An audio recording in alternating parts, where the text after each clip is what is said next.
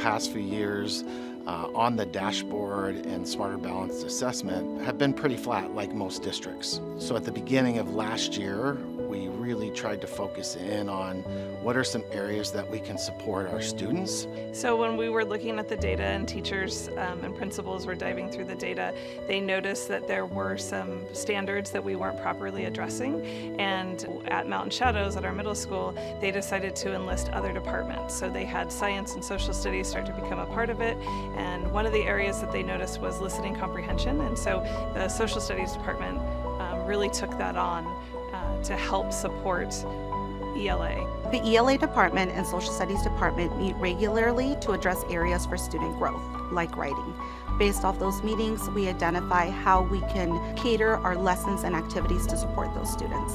Okay, so one example would be this, is let's just say graphic organizers and those scaffolding things that we use.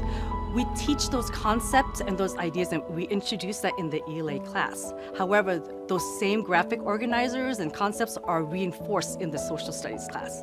The kids are using the same documents, so it's like they know it. Well, the English teachers have been very helpful. They created posters for every class that the students could see. In science, we're still using the same writing structures. They have the poster that shows this is what you need to do when you're editing your writing. So we're using the same structures throughout classes so that it's uniform for students and they know what to do. Well, the learning objective is basically the assignment that you have to do for the day, and the success criteria is where you should be after the assignment or like what place you should be like stopping at.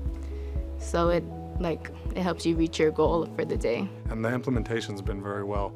And the school culture is part of why the implementation has gone well. The kids have bought in, the teachers have bought in. And I would say a big reason for that is that we did it all together, right? It wasn't one person saying, here's what we're gonna do. It was all of us. It's a shared vision of what do we want our school to be.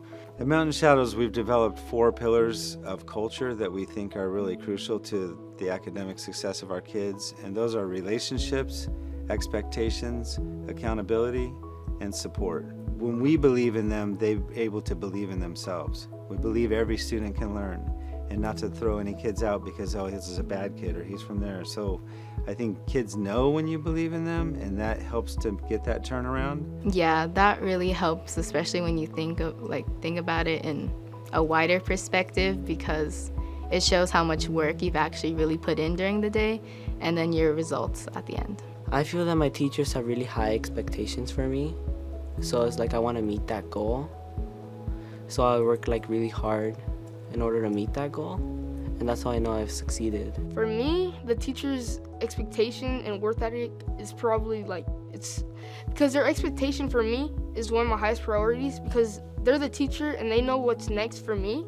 So I should be reaching the goal that they want me to do, because their goal is also my goal pretty much. So some of the other things we spent LCAP money on was we wanted time for our teachers to actually be able to work together and collaborate. And so we provided our whole staff a training within one of our built-in PD days, led by our ELA department. So school-wide, everybody teaches writing the same way. And so everybody at Mountain Shadows teaches writing the same way, which was taught to them by our ELA team. For the English learners, I have seen that their linguistic skills and their writing skills have improved a lot, considering the fact that we do have the same posters of sentence frames posted in all the classes, whether it's science, math, English, and they're able to use that. Overall, my social studies students are building stronger arguments, using evidence effectively, and speaking more confidently. English language learners especially have shown growth in fluency and comprehension. I think when I see my teachers working hard, it influences me to do the same.